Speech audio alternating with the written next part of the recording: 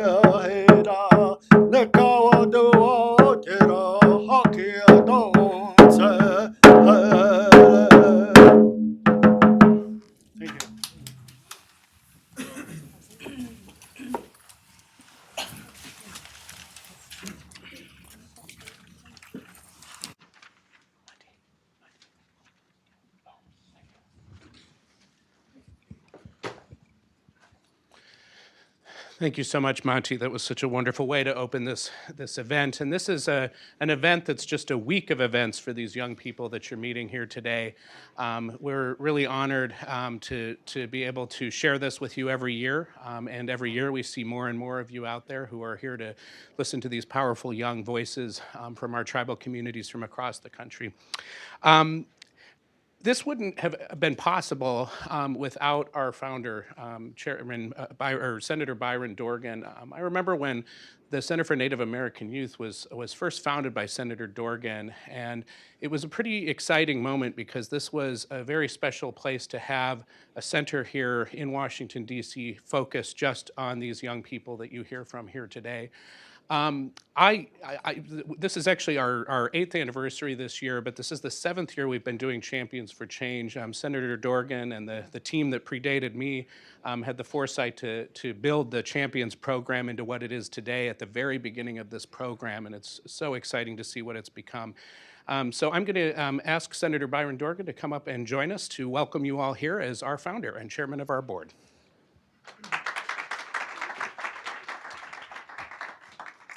Well, Eric, thank you very much. It's really nice to see all of you here. It is our 8th year, and I recall when several of us got together and developed the idea, the power of an idea. And that idea was, I had the capability, since I had decided not to seek re-election to the Congress after 30 years, I had some funds remaining in a political account, and you can't keep them, but you can donate them to the political process, or you can do other things. And I decided I wanted to donate $1 million to create this Center for Native American Youth. And we did, and it has been unbelievably successful. And I did it because that word up there that was on the screen, for change. We talk a lot about champions. It's about champions for change. The only thing in our lives that is constant is change. The question is, how do we manage it and how do we create it, right? And the reason I was interested in doing this is I've worked on Native American issues almost all my life, and it occurs to me that there are a lot of people in this country who have been left behind, and chief among them are Native American youth. And I decided we needed to put all the spotlights on one spot, Native American youth, and decide how can we affect this in a positive way. And so we're here, and we're not going anywhere. We're working hard. We're going to keep focusing on things like teen suicide prevention, education opportunity, mentorship, and so many other things that are important. And so we have some new champions for change among us today. And I want to tell you about the first group of champions for change. I'm just going to tell you about one person, just because I remember her well. I remember all Champions for Change and what they mean and how inspiring they are to all of us. You know, you've heard me say that there's this old saying, bad news travels halfway around the world before good news gets its shoes on. The fact is, we get good news fully dressed here when we talk about Champions for Change. So let me tell you about the first group and one woman in the first group, Tessa Baldwin. Tessa Baldwin was Native Alaskan. She was a young girl when her favorite uncle, someone she loved dearly, took his own life. And then she was a sophomore in high school when a very close friend of hers in high school took her own life. And Tessa was reflecting on all of this and thought, you know, we need to talk about this. We need to do something about this. We can't just be quiet about it.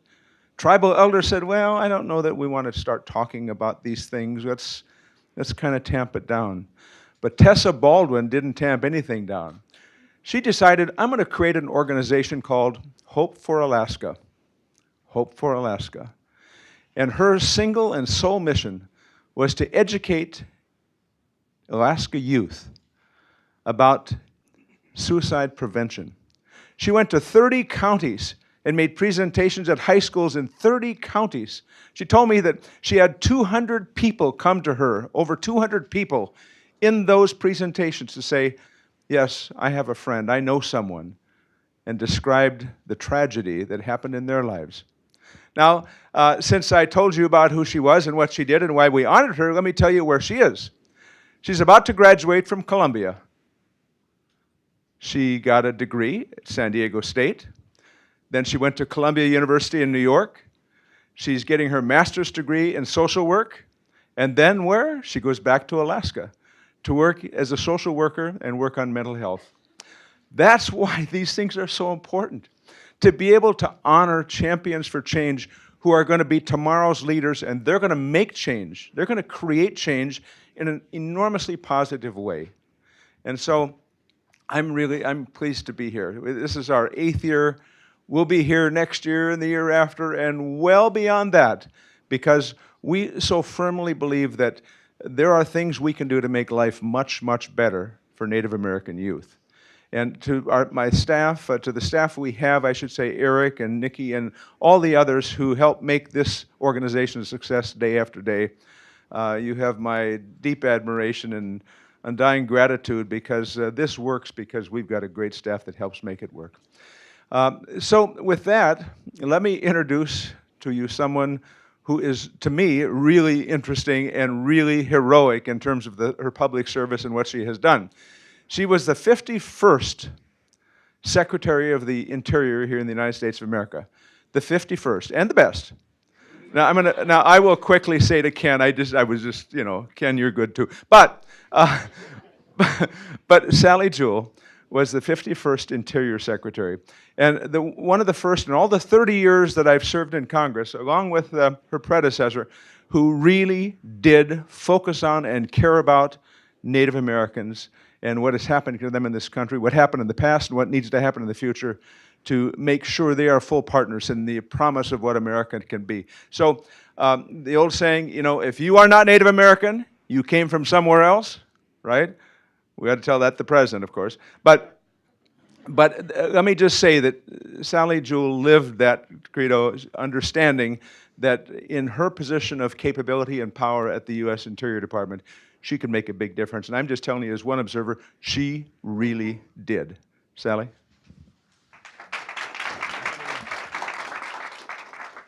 Thanks, Senator Dorgan, and what a pleasure and a privilege to be among all of you, but particularly among our champs, this year's champs and the champs of prior years. And we just had a few moments to get to know each other, and what an amazing treat you're in for.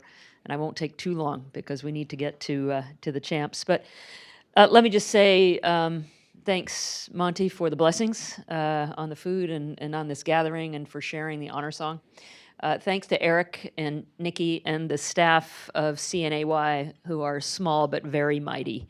These guys do a terrific job, and it's been a pleasure to work with them. And thanks to Byron for giving me an avenue to fulfill something that I said when I left the Department of the Interior, which is I am not letting go of a commitment to Native youth. We are not only not done, we are really just beginning. And in a 4-year term, there's only so much you can do. So thank you for that conduit that you have brought, not just now, but for generations to come of tribal youth. And let me also say that this is about youth. It's about listening. It's not about telling. It's about listening and thinking about, for those of us in positions of leadership or power or wealth or whatever we might bring to the table, that it's our obligation to listen to these young people and think about how we can help be part of the solution to creating a brighter future that they will shape, not just for themselves, but for the generations to come. So I've just got a few thoughts. I joined the advisory board to the Center for Native American Youth. And one of the things that's coolest about it is we have a youth advisory board, and the leaders of the youth advisory board are full members of our advisory board. And they are bringing their voices, usually over the telephones as we all call in for meetings, to share their thoughts. And so often the wisdom is deep and rich, and it's exactly what we need to be listening to. So when I took over as Secretary of the Interior, it's a big agency. It's got 70,000 employees. It's got all kinds of responsibilities. People generally think of it as a land management agency with national parks and wildlife refuges and BLM and leasing for oil and gas and coal and things like that.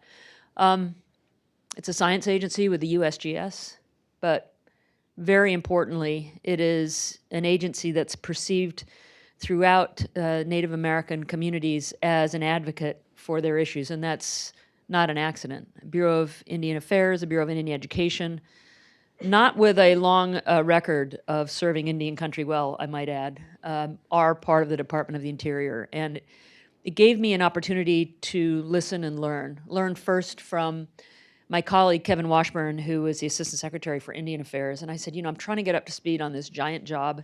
I came from the private sector. I used to run REI, the outdoor retailer. I need help when it comes to understanding my obligations and my responsibilities, and what are trust and treaty obligations. I can say them, but what do they really mean, and how does that shape me? And he said something that's really very simple, but simple enough that I could remember it in the midst of everything else I was trying to remember, and that is, Sally, no matter what you do, don't forget the Indians. Whether it's land management policy or science or engaging with your colleagues across the department, don't forget the Indians. And that was really, really important advice. So Alaska Natives, American Indians, Native Hawaiians, the indigenous people of this country need to have a voice here in Washington, but we need to have 2 ears and 1 mouth. And Native youth provided so much inspiration to me, and they continue to do that, as you're going to hear in just a few minutes. So when I reflect back on some of the things that I witnessed Native youth doing, people, we were in the thick of the engaging with the Standing Rock Sioux tribe and the Army Corps of Engineers around the Dakota Access Pipeline. But what many people don't know, they think of the camp and they think of the conflict, but they don't realize that that started with young people from Standing Rock who ran literally on their feet from North Dakota, and Byron knows how far away that is, and it can be chilly, from North Dakota all the way to Washington, D.C. with a petition to the federal government saying, please listen to us, stand up for authentic consultation, listen to what we have to say, we are concerned about our water supply. So it was tribal youth that began that effort. When I think about trying to turn around what is really poor performing BIE schools, we listen to tribal youth. What's working? What's not working? What is it really like in these schools? Where is it working well? What can we learn from those communities? And I also went to dozens of schools throughout Indian country and got some of the most warmest, heartfelt hugs from these kids. And I remember Monty Russell, we were visiting Crystal Boarding School, I think, in the Navajo reservation. And the kids were lovely. And I said, I feel so uplifted. And he said, yeah, they don't yet know how the deck is stacked against them. This is a school where one of the dormitories, of 2 dormitories, one was closed because the power had gone out, or the boiler had gone out, the pipes had frozen, and now the building's uninhabitable. These are the kinds of issues that are faced out in Indian country with schools. But I got hope from those young people that I interacted with. And I was in Kotzebue, Alaska, actually talking to villages there like Kivalina that's washing away because of sea level rise, and the shore is getting battered and their village is going to be gone. But I spent time in Kotzebue with the school there, and as is true with many places in Indian country, struggle with youth suicide, similar to the story that Byron was mentioning about the young woman in the first champions class. But there, the school had engaged youth to be the front line of I don't want to say defense, but front line of counseling and support for young people that didn't feel that they could trust the adults in their life to go to. And I know at that time, it had been more than a year, and they had not had one suicide since these young people had stepped up and been given training to help address the needs in their community. So over and over again, I see young people that have really stepped up to face challenges that most people in this country just have no concept that exist. Chaco, Anthony Sioko is his name, started a program called the Ancestral Lands Program within the Southwest Conservation Corps. Got young men and women, some of them, not in a good place in their lives, out working on the lands, shaping those lands for the future. And he turned lives around. And I just wrote a recommendation for him to graduate school. I hope he got in. Haven't heard yet. But an amazing young man. Mariah Gladstone, who I met through Eric. I got the honor of, by the former Secretary of the Navy, of being a sponsor of a submarine. Okay, so what's that?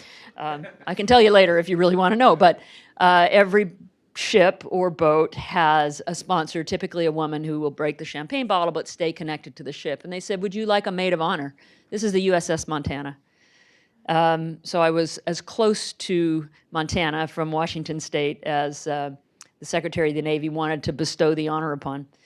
So I called Eric and I said, it would be really lovely if I could have a woman from Montana, tribal youth, because the ship will outlast me, but it won't outlast a maid of honor. So we picked Mariah Gladstone. She's incredible, lives in Montana, Blackfeet Nation, but founded something called Indigikitchen.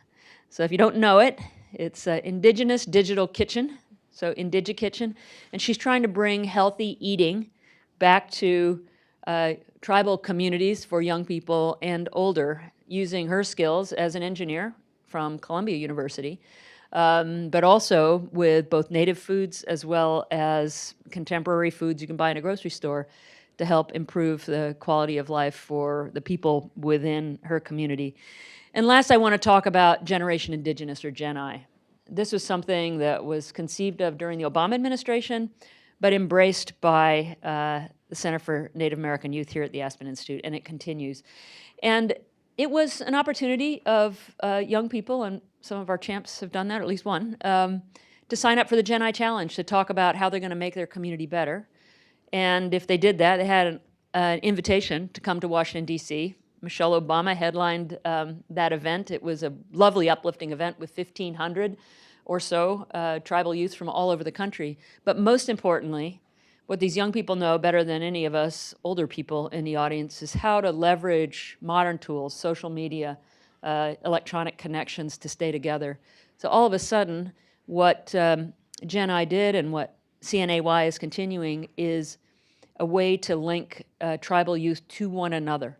So when it feels lonely and difficult and you're facing some really hard issues, which we may learn about from our champs as they talk today, it is less lonely when you know that there's somebody out there that's been through a lot of the same things, that can feel the same way you do in a way that I would never be able to.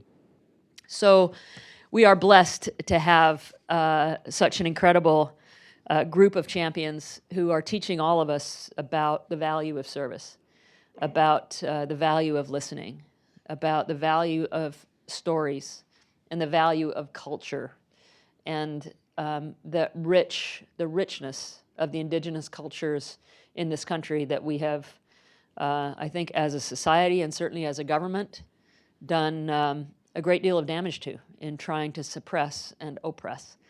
And I have great confidence that that is turning around, that this is a new day, and that it's people like the 5 wonderful champs who I just had a chance to meet with are going to be helping to lead that charge. So it's a privilege to be up here, a privilege to be in this role and to be behind the scenes, listening, providing support, being a bridge to communities that want to make a difference and don't know how, with these young people who know how, but may not yet have the resources in order to fulfill their dreams. And that's what we're all about at the Center for Native American Youth. So I'm not going to talk much longer. I'm going to introduce Verlan Jose and Nikki Petrie, who will be introducing you to the champions. So let me do that briefly. First, Brillon Jose is an enrolled member of the Tohono O'odham Nation. He's from Tecolote, is that right? Tecolote, in the Chucutuc district. Okay, so that is right on the Arizona-Mexico border. I have been down there. It is a beautiful part of the country. Verlan joined me with a field trip with 4th graders from the Tohono O'odham Nation as we handed out their Every Kid in a Park pass, hiked up to Signal Hill and Saguaro National Park, and Verlan took over and talked about Signal Rock, and even though you didn't understand what the markings were on the rock, the importance of connecting with other tribal communities from up there. It was one of the more powerful outings that I had in my whole time as Secretary of the Interior, so thank you, Verlan. He is tribal court advocate, has been for the nation, a legal assistant for the Office of Attorney General, several school boards. He's an advocate for youth leadership, and certainly leading with his own family, because he told us his son had just been elected to a position in leadership with the tribe. And this is his 2nd year serving as a moderator for the Champions of Change public event. That's Verlan. Let me talk briefly about Nikki, then I'll invite them both up here. Nikki is a member of the Coeur d'Alene tribe from the Northwest.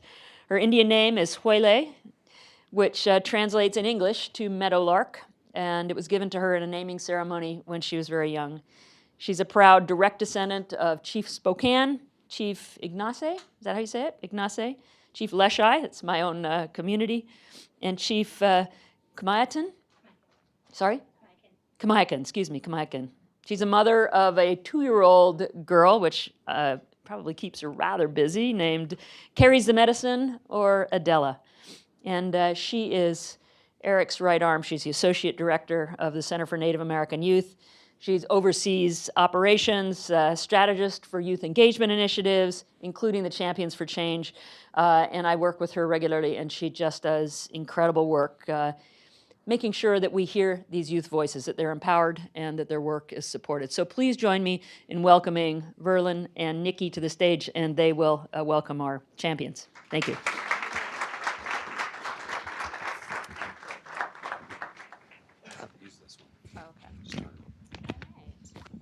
So hast his Quisque Nikki Petrie, his Jintes Quisque Quelle, Chins Chitsumsh, Chitsa he Islam. Hello everybody, my name is Nikki Petrie, my Indian name is Meadowlark, and I greet you with a very happy heart today. And at this time I'd like to call up our 5 champions for change.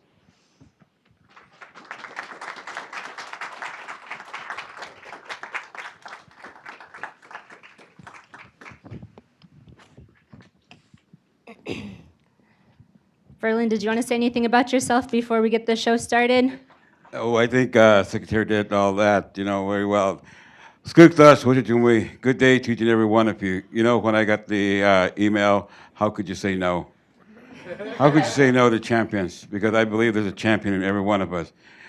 Champions for change. These are the ones that are going to make the change, because we also have to support them, because the change is within all of us. So thank you for allowing me to be part of this event today, and we look forward to the questions and answers.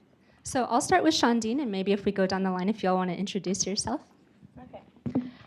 Yat she Chandi Herrera Yanishia Tetrini Nishla na kite bahe bashishi with Anida Shite na kite bahe dashinella out a Dinet Zanishla Auto Tebian the Sky Dan Nasha Duke University de Inchtat. Hello everyone, my name is Chandi Herrera. I'm a proud member of the Navajo Nation. I am a senior studying public policy at Duke University, and my platform is to engage Native youth in the political process. Okay. Shakmaitsky, Imima Nayama, Sisi Skotskamai, Kush, Yapotimki, Autumn Adams. Good morning, or I guess it'd be afternoon now.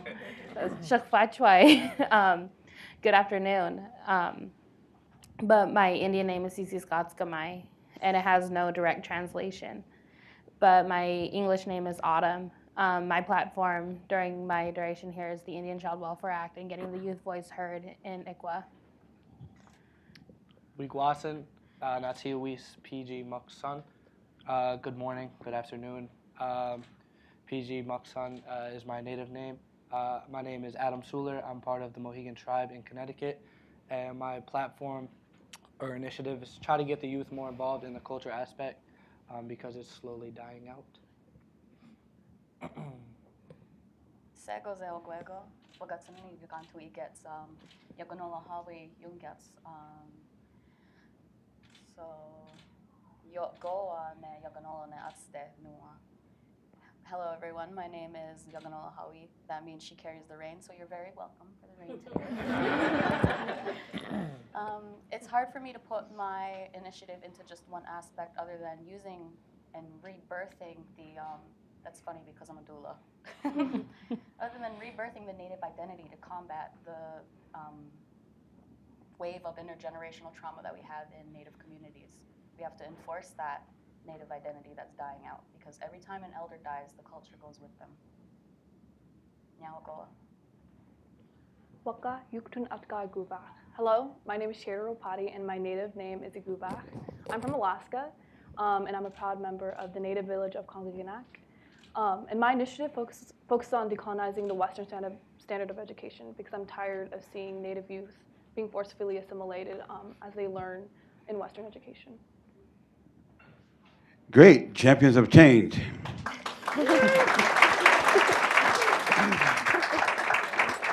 Adam, you created a youth council for the Mohegan tribe. Congratulations. What inspired you to create this youth council, and what is the youth council's purpose for your tribe? Basically, what drove me to start this youth council, I was actually working with my sister, who's actually here with me, working in the culture department. And we've had a youth council in the past, but it failed. So me and a couple other youth sat down and we thought about how we could make a change and get more youth involved in our community. So that is when we sat down, we brainstormed.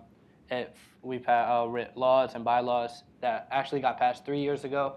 And so we started getting more opportunities and programs out, such as outreach programs that we go to different reservations out west, such as Pine Ridge, working with them out there. We went to La Plante, we went to Crow Agency, trying to give our youth a better perspective of how other Native people live, whether it's just staying on the East Coast, staying inside the casino side.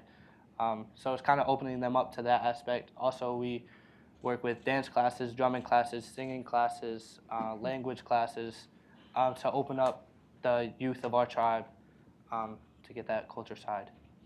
Thank you, Adam. Failure is not an option, right? No. And with the support of all these great people here, you'll continue to be a great youth council. Thank you, Adam. So Charity, at 17 years young, you saw a need to include Indigenous education within the Western education system. And you created a curriculum for Anchorage School District to use. How did you go about doing this, and why is it important for maybe other school districts to do the same?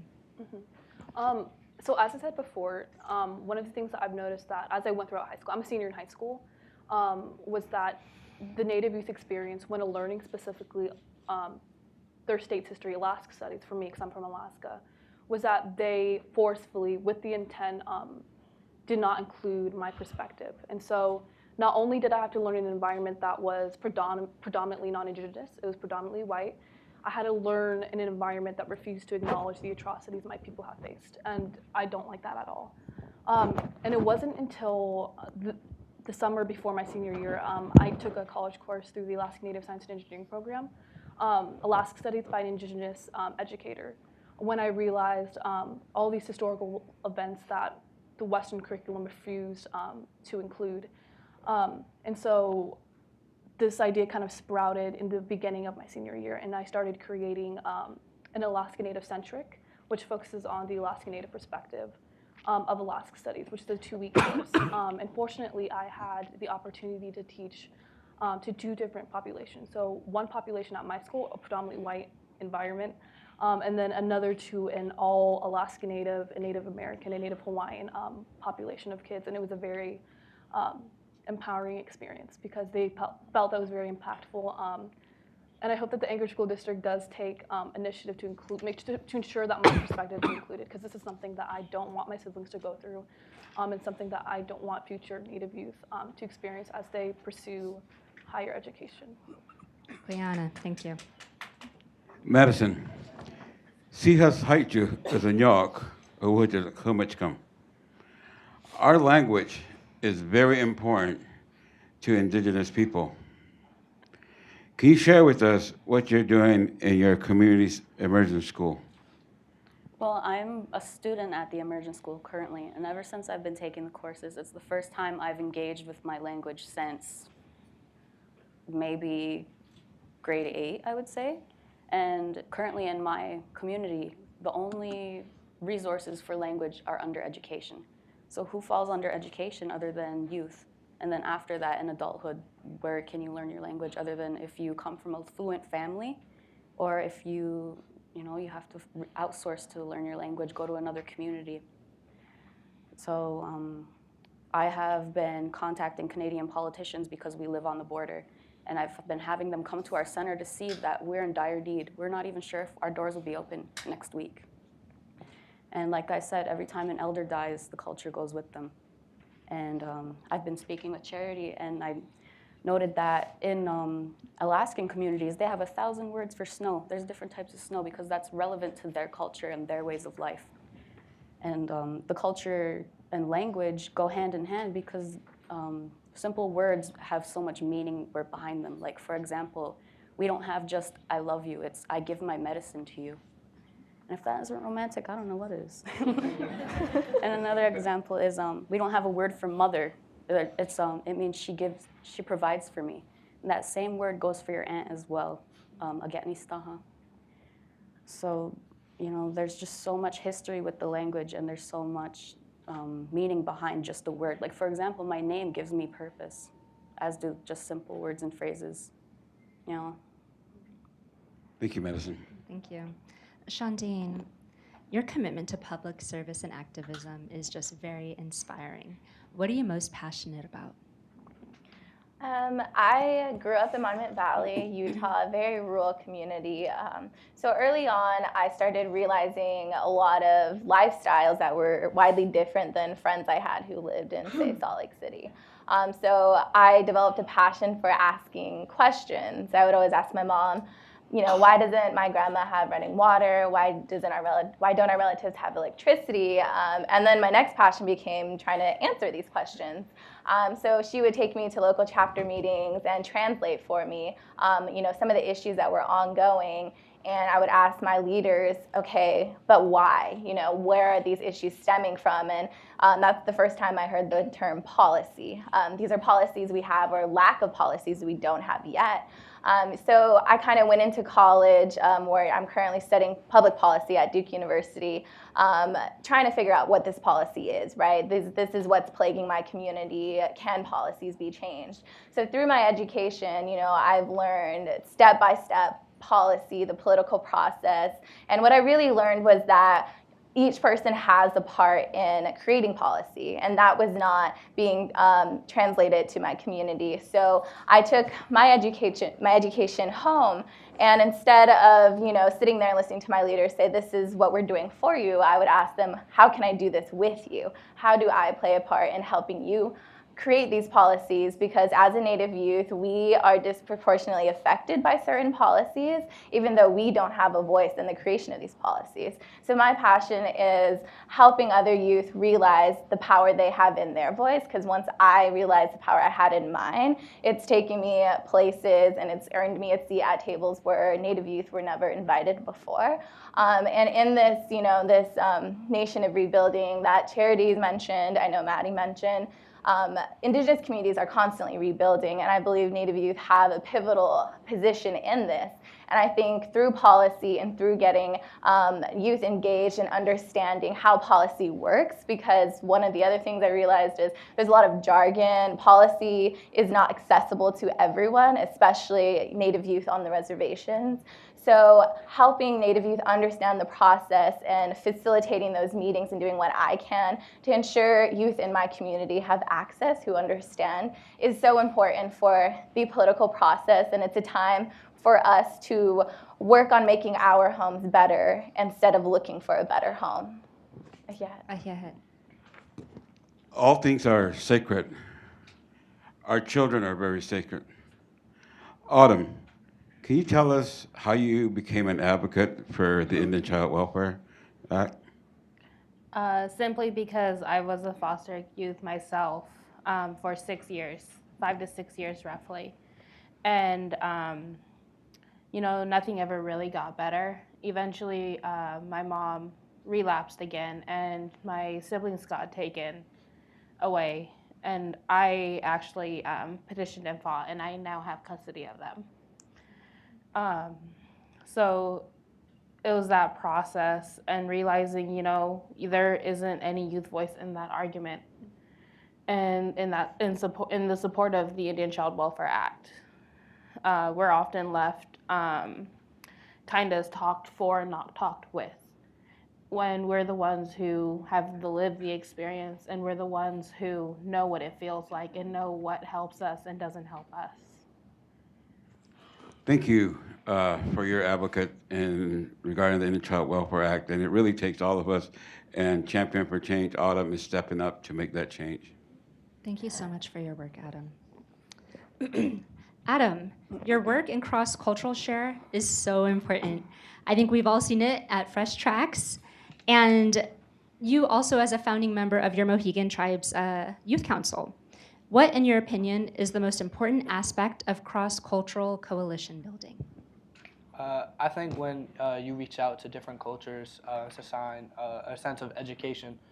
Because when you first meet somebody and you say like your background, they start to question, especially looking at me, you wouldn't expect me to be a Native American, and I get that a lot growing up on the east side, on the East Coast. So basically when we go out and do different programs with different organizations, we try to not get mad at that kind of question that they ask, like, oh, you don't look Native, like all those stereotypical comments that we really get. We try to educate them on our background and our history to like a learning curve, and then they gain a sign of respect. So that's why we try to teach the youth of our tribe to just not really take it to heart, but take it as like a learning moment, and learn to teach others in the communities around us. Yeah, in doing so, we realize that we're a lot more alike than what we are different. Thank you for your work. Charity, Indigenous people wear traditional regalia at their graduations. What have you done to ensure that graduates will continue to be able to wear their regalia? So before I go into that, there's some facts that I think people should be aware of. So Alaskan Native and American Indian students continue to have the lowest graduation rates and highest dropout rates when compared to any other demographic in the nation.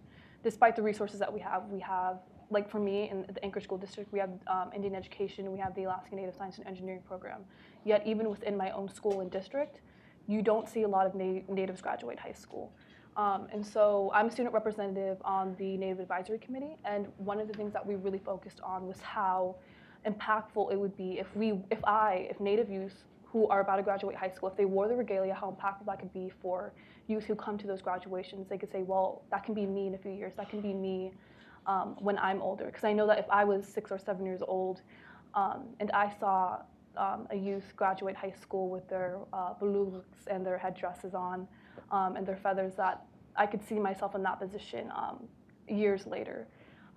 So at first, the school district didn't really take our voice as credible. This is a student-led movement. They didn't want to listen to us. And yes, the Anchorage School District does a good job of outreaching to Native communities, the Native Advisory Committee, but they could do better. And so what we did was we had to testify at the school board numerous times. And yes, they were annoyed, but I was going to do whatever it took to ensure that I and other Native youth would wear the regalia as they graduate high school. And that's something that I plan on doing May 14th when I graduate high school.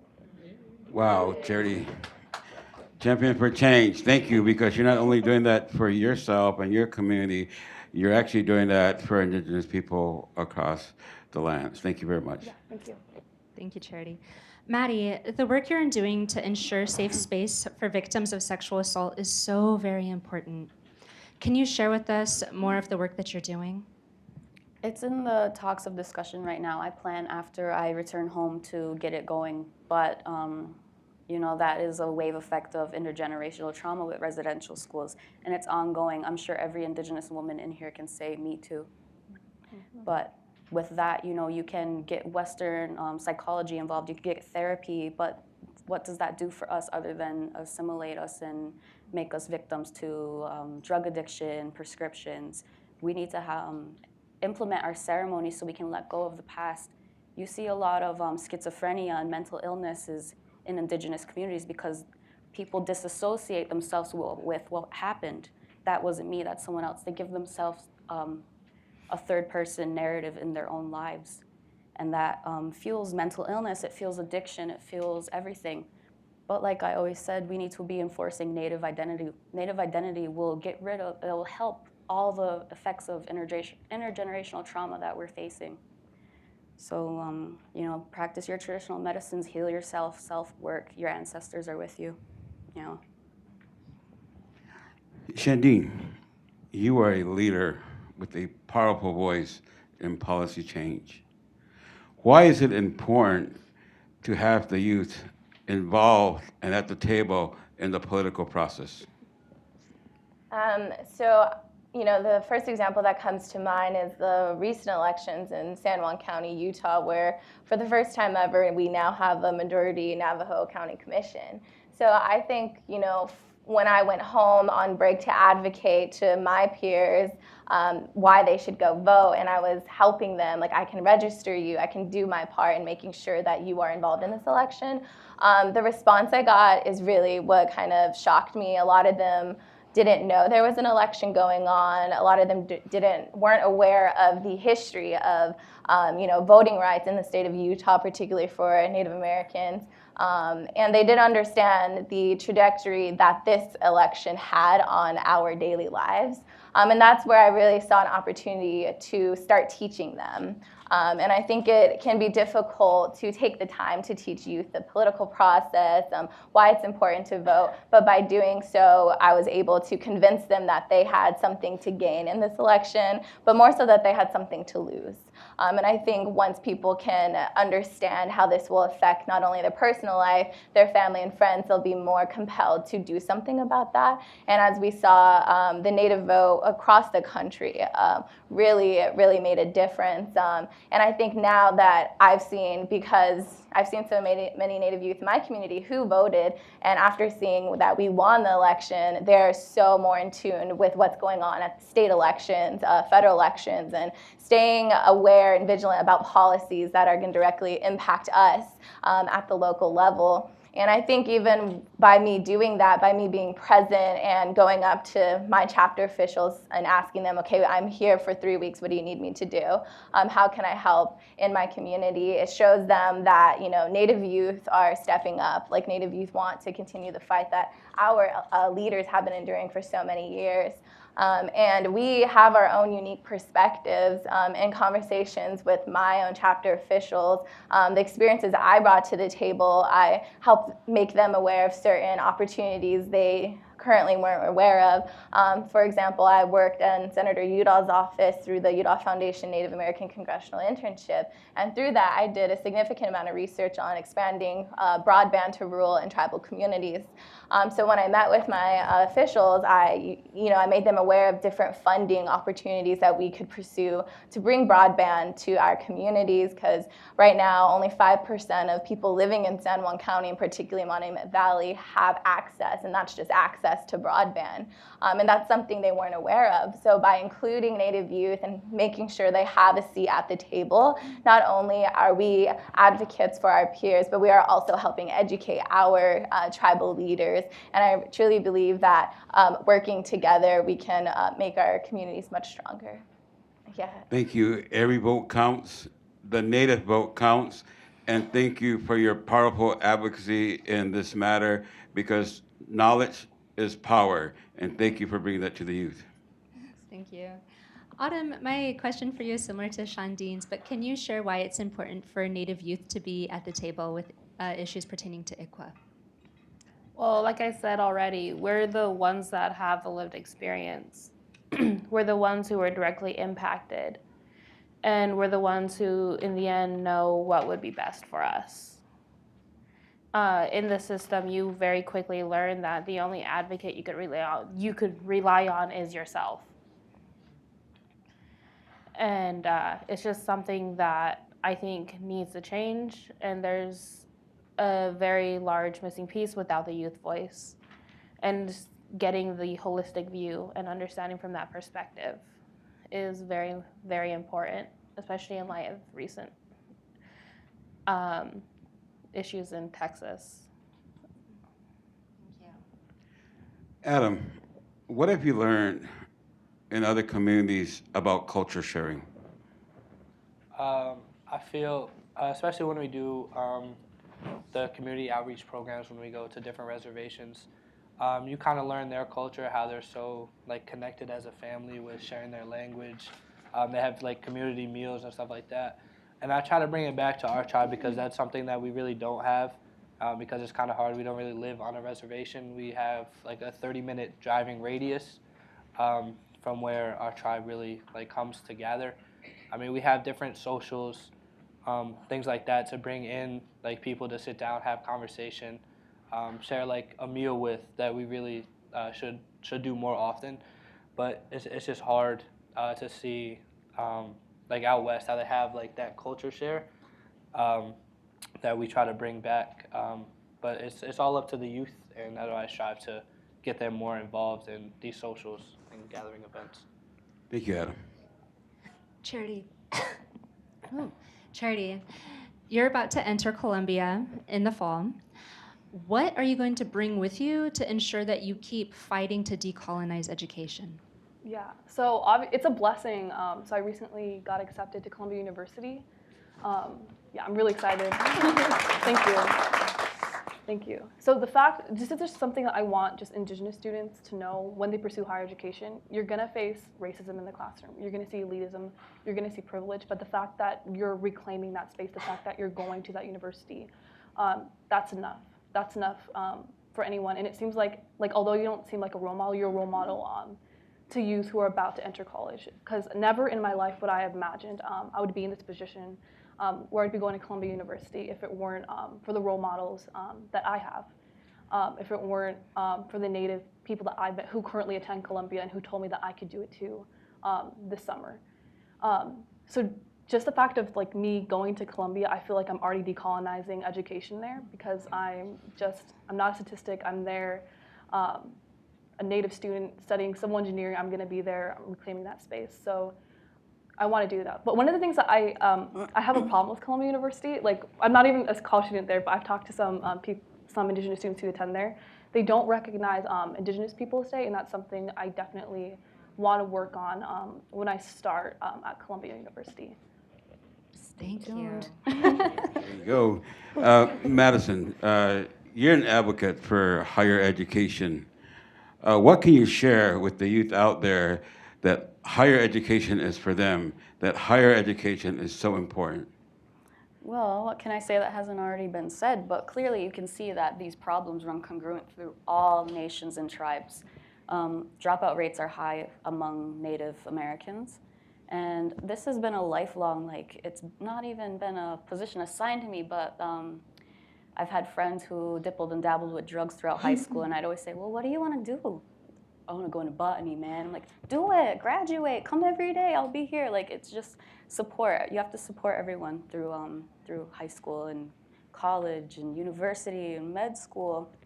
Our only job as people, race doesn't involve this, but our jobs as human beings is to keep on learning.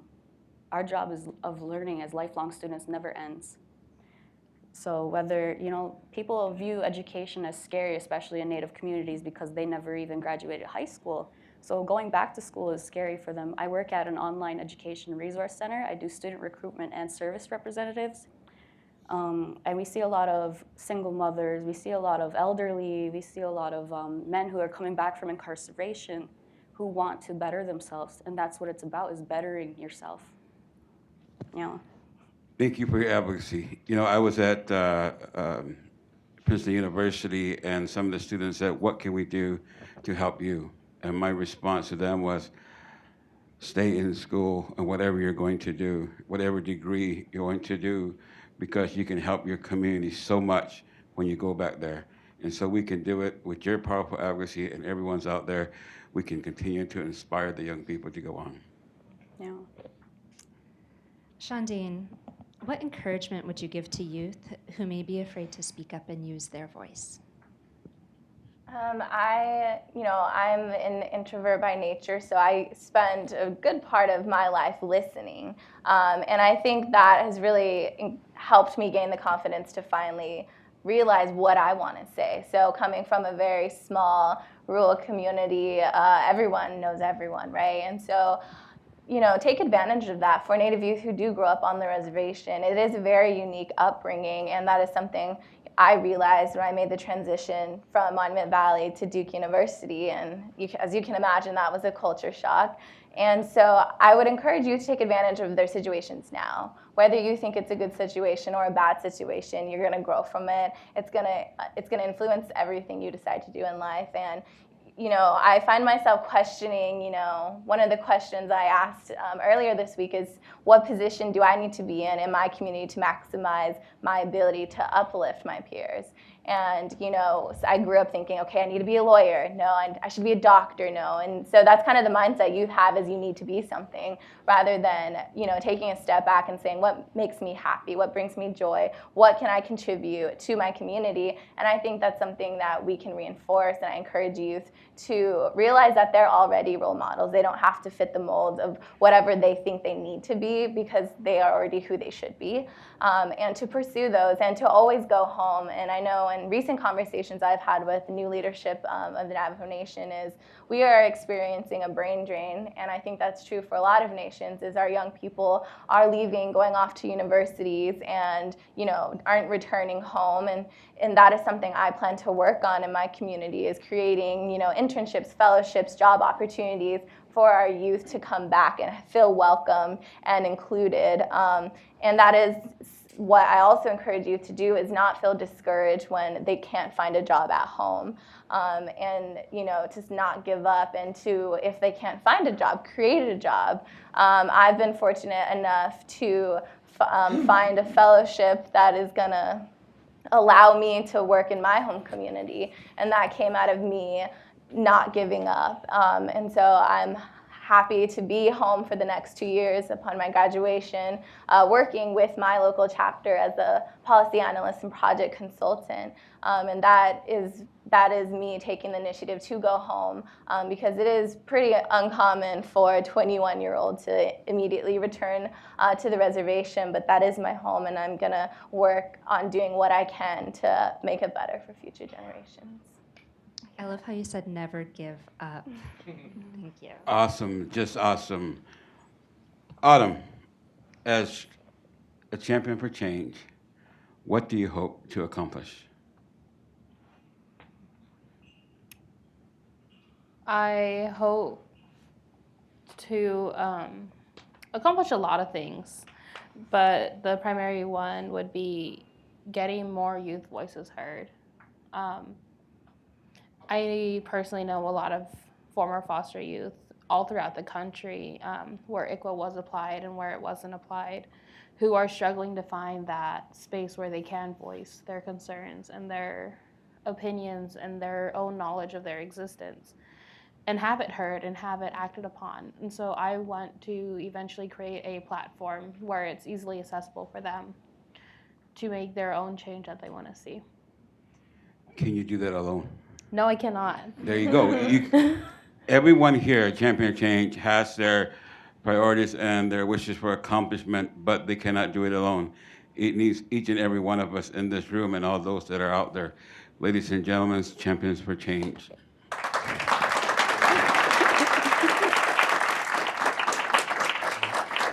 I believe we have some time for some questions. Are there any questions out there? You're all well informed, right?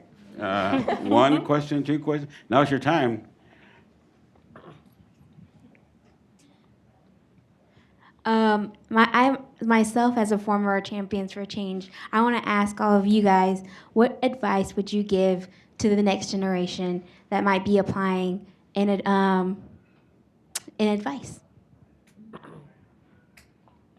Oh, I can go first. I think just something that all Native youth should know is that you are capable. This is something that I've only really heard at my home life and not in my education. But you are all capable. The fact that some of the youth that are here, the fact that you're here and you're engaging, or if you're going to school every day, waking up, going to school, that shows that you're capable. I just want everyone to know that you're capable, and that you can do it.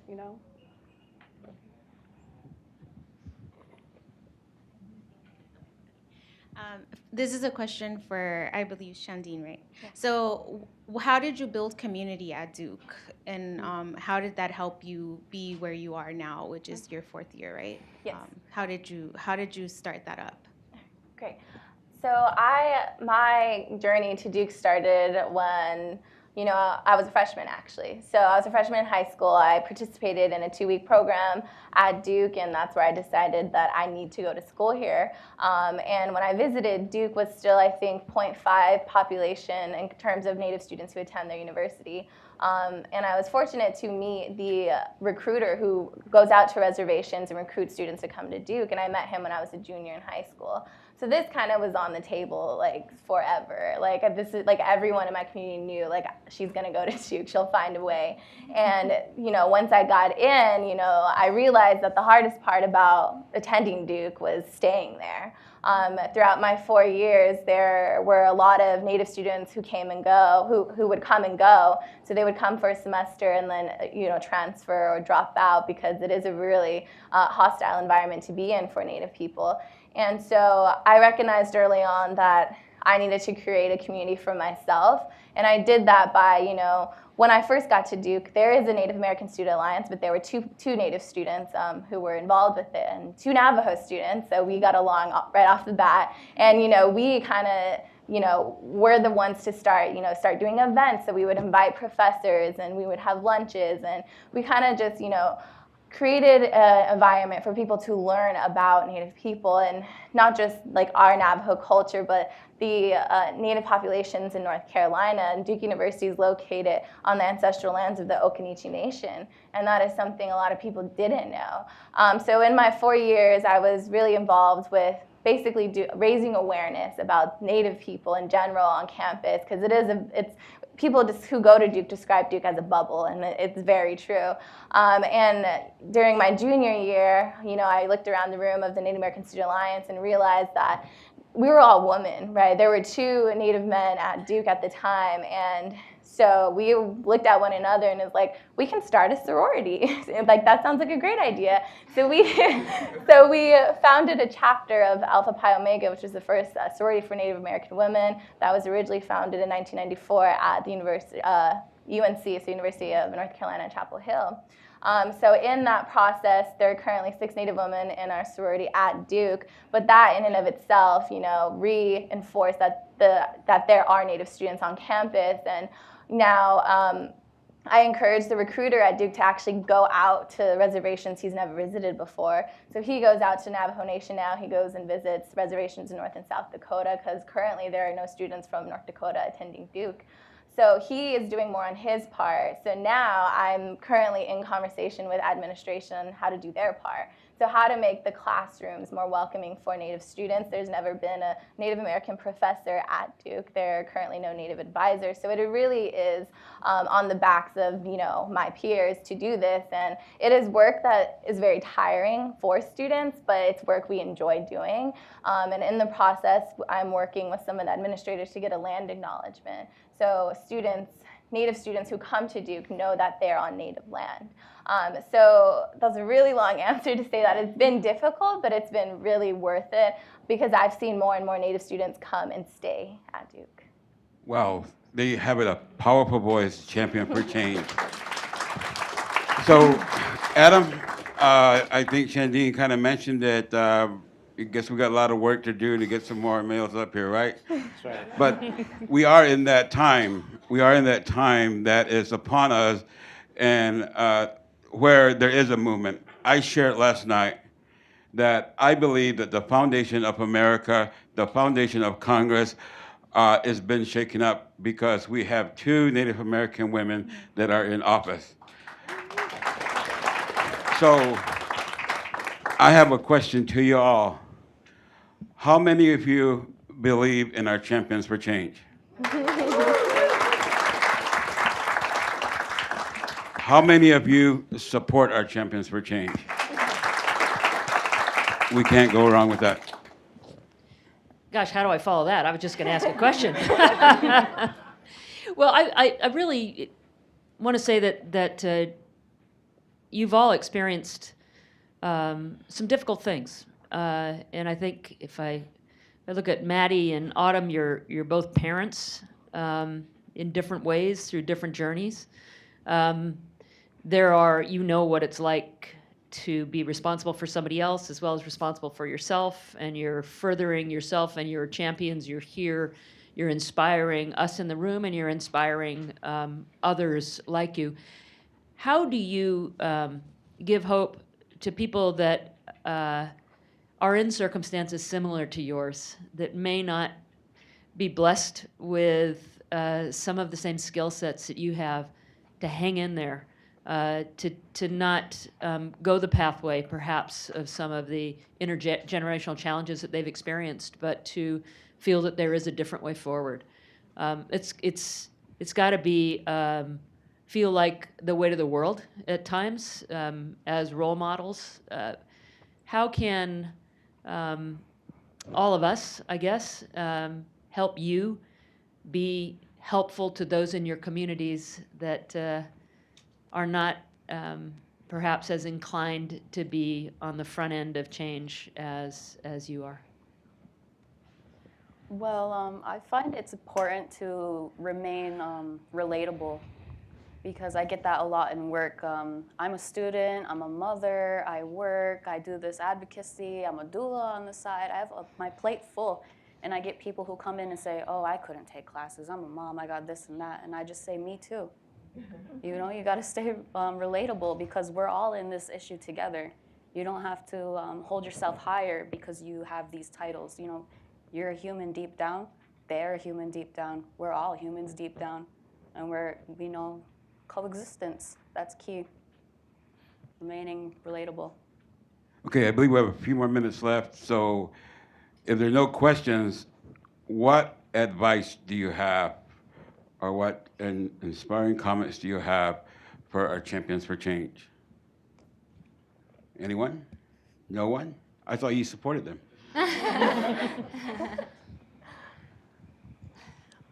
I'm just overwhelmed by all of you. I applaud you, congratulate you, and look forward to the change that you're making in all of the endeavors that you're in which you're involved.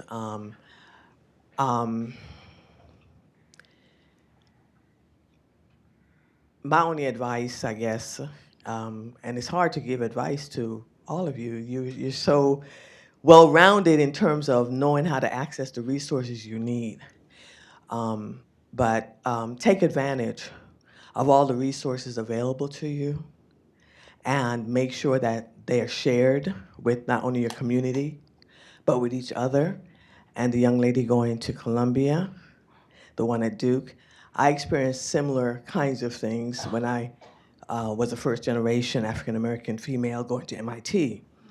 And one of the things that you're going to find out is that people are going to say you're there because of affirmative action, or you're less than. I believe that until the day I walked across that stage.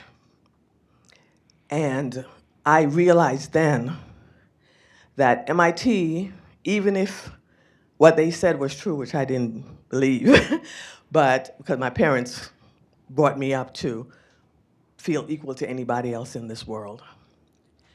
But even if all of them believed that I was brought there for affirmative action, a place like the college that was giving me that degree that day would not allow me to represent them if I had not earned that degree. And affirmative action had nothing to do with handing me the degree, even if it allowed me to have access to the opportunity to gain that degree. So stay focused on that, and stay focused and connected with the mentors that you talked about, and the role models, and on their shoulders, on your shoulders, on the shoulders of your children, everybody will win. Thank you. I believe failure is not an option. The gentleman in the back, one more, I think. Yate, my name is Shane Mckay. I work for the National American Indian Housing Council here in DC. It's always great to hear the youth speak for us, because I think it's one of the most empowering things for us to see that this generation is being lifted, and they lift us constantly with their actions and their voice. Specifically talking to you guys, I think every time youth come here, there's a couple things that I tell them. One of the things I always tell them is look around. Look at the monuments, look at the things that are happening on Congress. It's interesting that we have these monuments that are to memorialize these great things that have happened. The reality is, You guys are living monuments, living memorials to the things that have taken place to Native Americans, to the ideas that you have survived, that because you are living monuments to what's happened to our people. And what you guys are doing is you guys are showing the world that, you know what, we survived some of the greatest holocausts and atrocities that have happened in this world. In doing so, I think one of the biggest things I always tell the youth is to speak about who you are. Share your narrative with the people around you, because that is what makes you unique. That is what makes you special. Being here in DC, a number of times I have met people on the streets, and I have stories that go on about people saying, I have never met a Native American. And I actually had one man come up to me and said, I thought all Native Americans were dead. And he started to cry, and he actually gave me a hug. And this is in the United States, that a man was taught this. This is what he was grown up to believe. And so the ideas of who we are very confounded. They're not out there. It's important that you speak your stories to everybody. And I congratulate you guys for what you've done, and I applaud you for all that you've achieved. All right. Limlin Inspaus, thank you so much from the bottom of my heart to our Champions for Change, for everybody being here today, and especially to Vice Chairman Brillon Jose. I know that you have a testimony in front of House. Is it the House that you're testifying in front of today? So I know you have to get going, but I want to thank you all so much for coming. Thank you to our Champions for Change, the work that they're doing, and thank you all for being advocates for CNAY. Gentlemen, Champions for Change 2019, give it up. Yes, join us in giving another round to our champions today.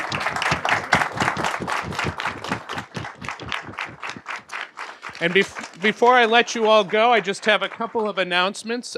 For those of you who haven't been part of the program, welcome, and I hope you join us every year. Just to give you a little bit of a rundown about their week, they joined our partners over at the National Congress of American Indians yesterday to see the State of Indian Nations address. They're here all week receiving leadership training and a lot of other kinds of skill building. Today, they're going to be going over to be presented to the National Congress of American Indians General Assembly. And on your seats, if you've noticed, we have flyers for our 8th annual reception tonight. As you've heard, we have 2 new Native women in Congress who are going to be joining us to receive our Honorary Champion for Change Award tonight. And so we'll be welcoming our champions there. We've got food, we've got a whole bunch of our friends and partners who are going to join us. So I hope you can also join us at that. And then tomorrow we hit Capitol Hill. So it's my favorite part of Champions Week, where we get to bring all these young voices up to meet their elected officials at the end of the week. So that's just a little bit of a snapshot. I also want to just recognize a few others who are in the room here before we go. We were very, very honored to have our partner program at the Mandan, Hidatsa, and Arikara Nation MHA champions joining us here. So we had a whole other posse of youth here who are part of this week's events, and we really appreciate you all being here with us. We also want to welcome our NCAI Youth Commission. Our champs here will be having a good conversation with them this afternoon. And in addition to Vice Chairman Jose, I just want to express deep gratitude to our tribal leadership who is here to support our young people. I know that's one of the things that our champions really appreciate, being able to connect with tribal leaders. Chief Lynn Malerba of the Mohican tribe and their delegation here today, Vice Chairman Brandon Stevens from Oneida Nation, Brenda Dardar Robichaud, who's the former chief of United Homa Nation, and our CNAY board member, Vice Chairman Robbie McGee of Porch Creek. And last but definitely not least, I just want to thank the team who does all of this and make sure this week can happen. My amazing team here at CNAY, Nikki, Aaron, Tashia, Jen, Josh, Lorraine, and Warren. I also noticed some former staff members, Ryan and Amber and Bettina here, and I want to also give you all a big thank you too for the work that you've done to support these wonderful programs. So just a big hand to everyone who helped make this happen. And please do enjoy some more food and connect afterwards. And thank you all for making it out. We hope to see you later today.